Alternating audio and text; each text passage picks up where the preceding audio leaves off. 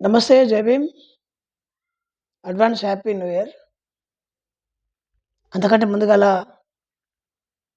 ఈ దేశంలో ఉన్నటువంటి మూలవాసులకు ప్రధానంగా నేడు మనం అనుకుంటున్నటువంటి ఎస్సీలకు ఒక దిక్సూచిగా మారినటువంటి మహోన్నత వీరులు మారామరవీళ్లకు జోహార్లు అర్పించుకుంటూ 1818లో వాళ్ళు సాగించిన పోరాటం దాదాపుగా 2 రాత్రులు వాళ్ళు సాగించినటువంటి యుద్ధం ప్రపంచాన్నే కదిలించి వేసింది.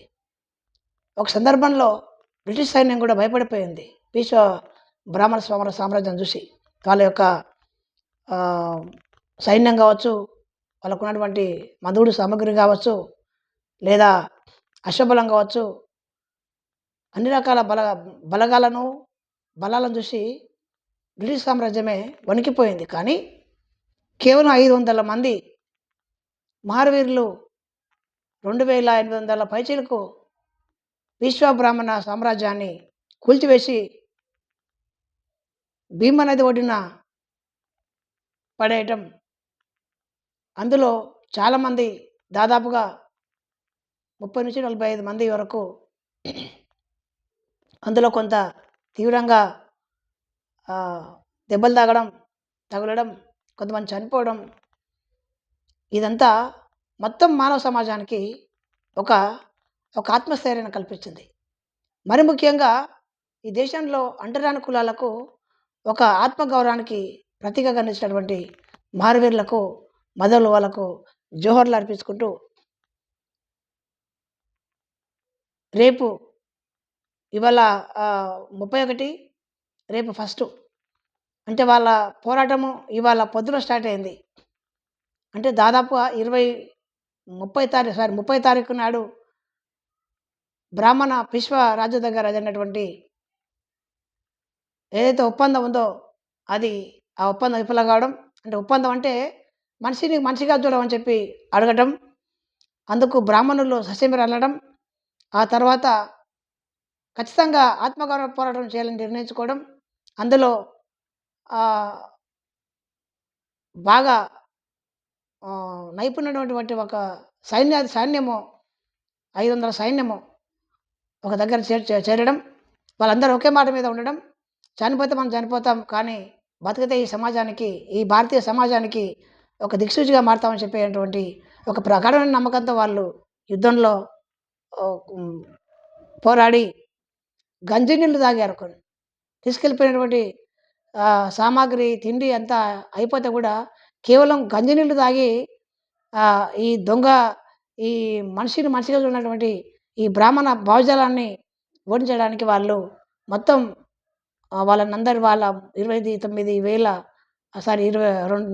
దాదాపు 3,000 మందిని చంపేయడం జరిగింది. ఇది చూసినటువంటి బ్రిటిష్ పాలకులు ఆ రోజు భయపడిపోయారు. భయపడిపోయి వాళ్ళే చివరికి వచ్చి ఆ యుద్ధంలో చనిపోయినటువంటి మహారవీరులను స్మరించుకుంటూ ఒక స్తూపం నిర్మించడం జరిగింది. అది 1818లో. అంటే ఇది 1817 అనుకున్నప్పుడు 1818 మార్నింగ్ సుమారుగా 8-9 గంటలకు వరకు యుద్ధం కొనసాగుతూనే ఉంటుంది. ఆ తర్వాత రాజు చనిపోవడం జరుగుతుంది. అప్పుడు మహర్లు విజయం సాధిస్తారు. ఇది మహర్ల విజయం మాత్రమే. చాలామంది ఈ మధ్యకాలంలో శూద్రులు అని చెప్తున్నారు, లేదా మూలవాసులు చెప్తున్నారు. మూలవాసులు లేదు, ఏ వాసులు లేదు, మహర్ల విజయం ఇది. కాబట్టి దీన్ని కొంత విప్లవవాదులు ఉన్నటువంటి వాళ్ళు దీన్ని తప్పుదో పట్టించేటువంటి అవకాశం ఉంది. అదే రకంగా కొంత మిడిమిడి జ్ఞానం ఉన్నటువంటి వాళ్ళు కూడా అవును ఇందులో మిగతా కులాలు ఏ కులం లేదు దీంట్లో, కేవలం మహర్లు మాత్రమే చనిపోయారు, మహర్లే యుద్ధవీరులు, ఇది చరిత్ర. అందుకే దేశంలో మహర్ రెజిమెంట్ ఏర్పడింది.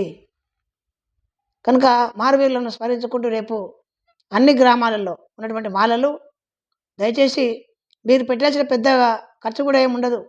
ఒక ప్రింట్ తీసుకుంటే ఒక రూ. 15 ప్రింట్ అవుతుంది. ఒక రూ. 100 లోపల మీరు వాళ్ళకి నివాళులర్పిస్తే వాళ్ళ యొక్క స్ఫూర్తి మీకు అందుతది. తద్వారా మీరు ఇవాళ తెలంగాణలో మాలలను చంపేసినటువంటి రాజకీయ నాయకులకు మీరు బుద్ధి చెప్పే అవకాశం ఇది వచ్చింది కాబట్టి, మన యొక్క ఆత్మగౌరవ పోరాటాలు మనం చెప్పుకోకపోతే పులి చెప్పినటువంటి చరిత్రను రాస్తారు. కానీ మరి పులికి వ్యతిరేకంగా కొట్లాడినటువంటి వేటగాని యొక్క చరిత్ర రాయరు.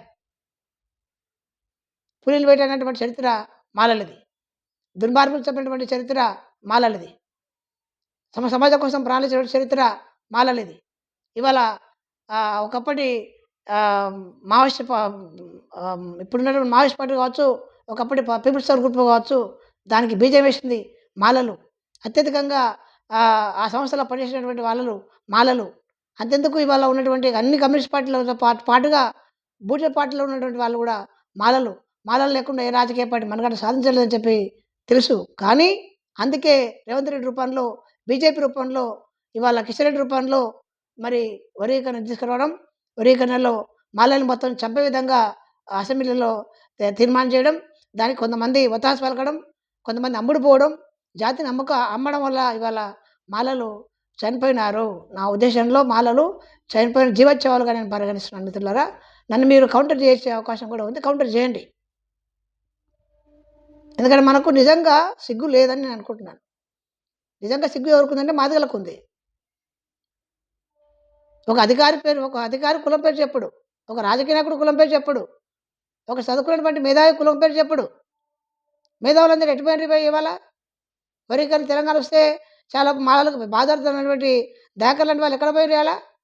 ఇంకా చాలా మంది పేర్లు ఉన్నాయి. ఆ పేర్లు ఇస్తే నాకున్నటువంటి నాకు వాళ్ళ మీద కొంత నాకు వ్యక్తిగతంగా లేదు. వాళ్ళ మీద వ్యక్తిగతంగా నాకు ఎలాంటి వ్యతిరేకం లేదు. కానీ మీరు జాతిని నాశనం చేస్తున్నారే, ఈ శాపం ఉట్టిగా పోదు. ఖచ్చితంగా మీకు తగిన ఫలితం మాలలు ఇస్తారు. ఇవాళ పదవులు ఇవాళ ఉంటాయి, రేపు పోతాయి. కానీ పదవుల కోసం ఏనాడు పీరావు గారు ఆశించలేదు. ఆయన శిష్యుడిగా నేను కూడా ఏ రోజు కూడా పదవుల కోసం ఆశించలేదు. కానీ ఆయన డాక్టర్ అంబేద్కర్ పెట్టినటువంటి పార్టీ ద్వారా నేను ఒకసారి ఎమ్మెల్సీగా పోటీ చేయడం జరిగింది. ఆ తర్వాత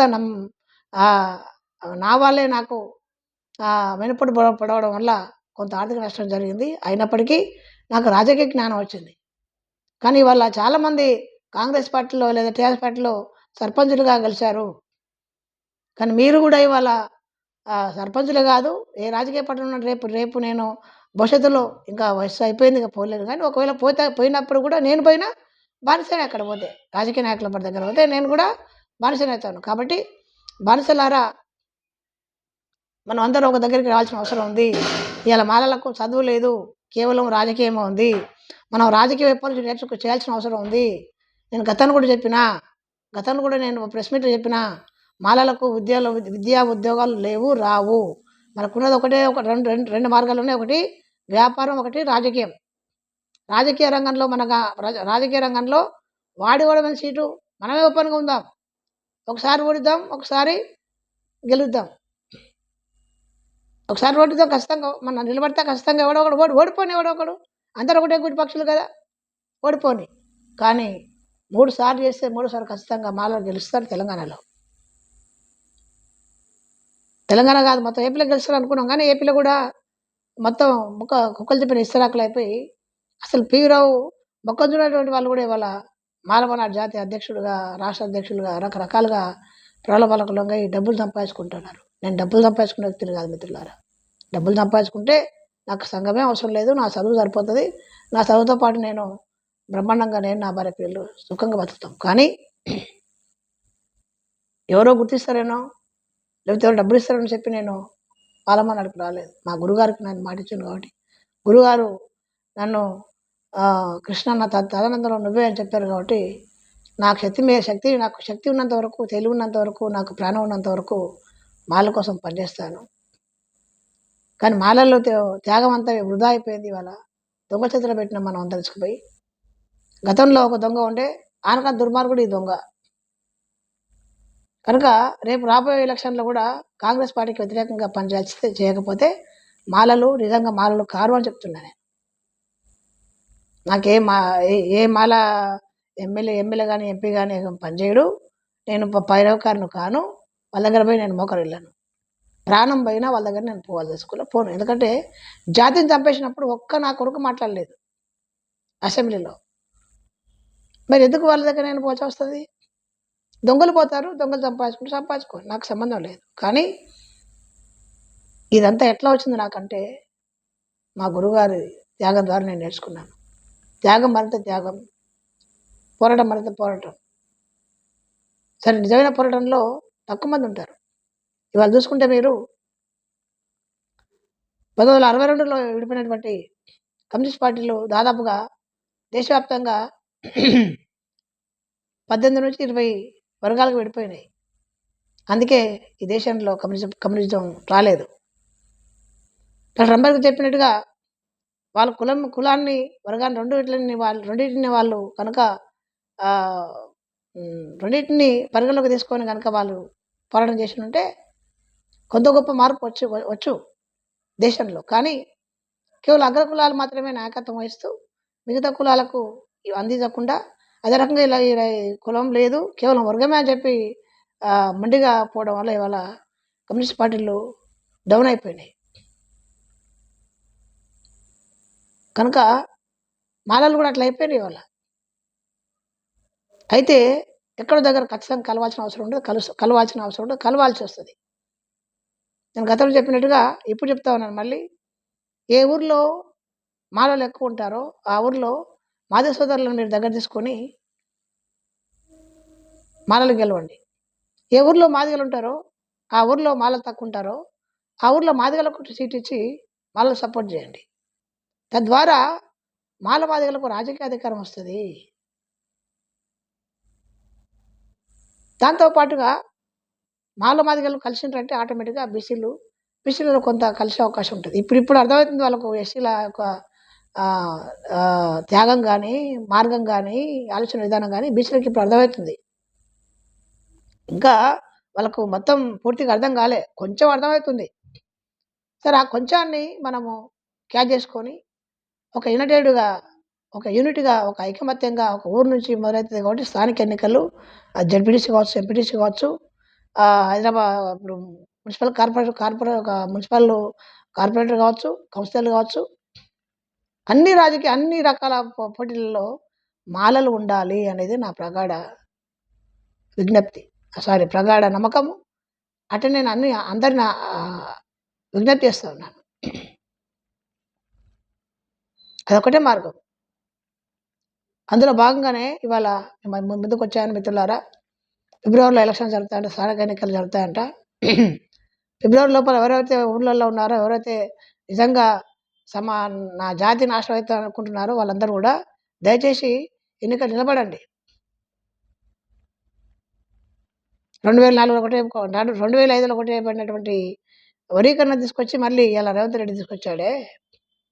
తీసుకురావడంతో పాటుగా మాలల్ని విద్యా ఉద్యోగ రంగాల్లో మొత్తం చంపివేశాడు. అయినా సరే సిగ్గు లేకుండా మళ్ళీ ఆయన దగ్గర పోయి చేతులు కట్టుకొని ఆయన దగ్గర మీరు మోకరిల్లుతున్నారంటే మీ అంత దుర్మార్గులు ఇంకొకరు ఉండరు. ఒకరొకరికి 4 పదవులు, ఒక ఇంట్లో 4 పదవులు, 5 పదవులు. ఏమైనా మీరు 1000 కోట్ల ఆస్తిమంతులు, మళ్ళీ మీకు ఎందుకు రిజర్వేషన్లో ఉంటారు? మాలలు కానీ, మాదిగలు కానీ కొబ్బరికాడికి ఎందుకు వస్తలేరు మీరు? మీకు నిజంగా మీరు అమ్మనాయన కొడితే మాలలు కానీ, మాదిగలు కానీ డబ్బున్నటువంటి వాళ్ళు ఓపెన్లో ఇవ్వండి, డబ్బు లేని వాళ్ళు జనరల్ వస్తారు. వాళ్ళు మాలైనా మాదిగలైనా కానీ మీరు రారు. ఎందుకంటే మీరు వాళ్ళకంటే దొంగలు. మీరు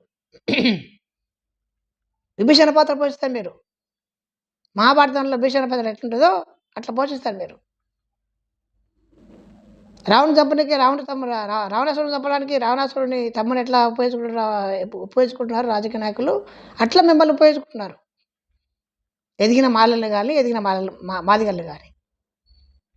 మీకేం కావాలి? మీకు పదవి కావాలంతే. జాతి ఇదంతా అవసరం లేదు. నాకేం కావాలి? నా జాతి రాజకీయంగా ఎదగాలని నేను కోరుకుంటా ఉన్నాను. ఉన్నది ఒకటే మార్గం మాలలకు, వేరే మార్గమే లేదు. మన దగ్గర డబ్బులు లేవు. కానీ అధికారం ఇచ్చిండు అంబేద్కర్. కాబట్టి అధికారంలో మనం ఉంటే ఖచ్చితంగా మనము మన జాతికి ఎంతో కొంత మేలు చేసే ఒక వాళ్ళం అవుతాము. రేపు ఆహ్, ఇంతింతే ఒటిడింతే అన్నట్టుగా రేపొచ్చే 28 ఎలక్షన్‌ల వరకు మనము సమిష్టిగా నిర్మాణాత్మకంగా మనం రాజకీయ ఎత్తుగడనే ఓన్ చేసుకొని వెళ్తే ఖచ్చితంగా 2028 వరకు మనము మాలలు అంటే అన్ని రాజకీయ పార్టీలు వచ్చే విధంగా మనం అట్లా చేయాలి. అంటే కొట్టాడడం కాదు. జ్ఞానంతో చేస్తేనే ఖచ్చితంగా మనము ఈ దుర్మార్గులను మనం ఖచ్చితంగా కొట్టేస్తాం. కొట్టేయడం అంటే మళ్ళా భౌతికం కాదు, రాజకీయంగా. తెలియజేసుకుంటూ రేపు అన్ని గ్రామాల్లో కావచ్చు, పట్టణాల్లో కావచ్చు, నగరాల్లో కావచ్చు, హైదరాబాద్‌లో కావచ్చు, అన్ని ప్రాంతాలలో ఆహ్, మహారమరవీరులకు మీరు జోహార్లు అర్పించాలని తెలియజేస్తూ ముగిస్తున్నాను.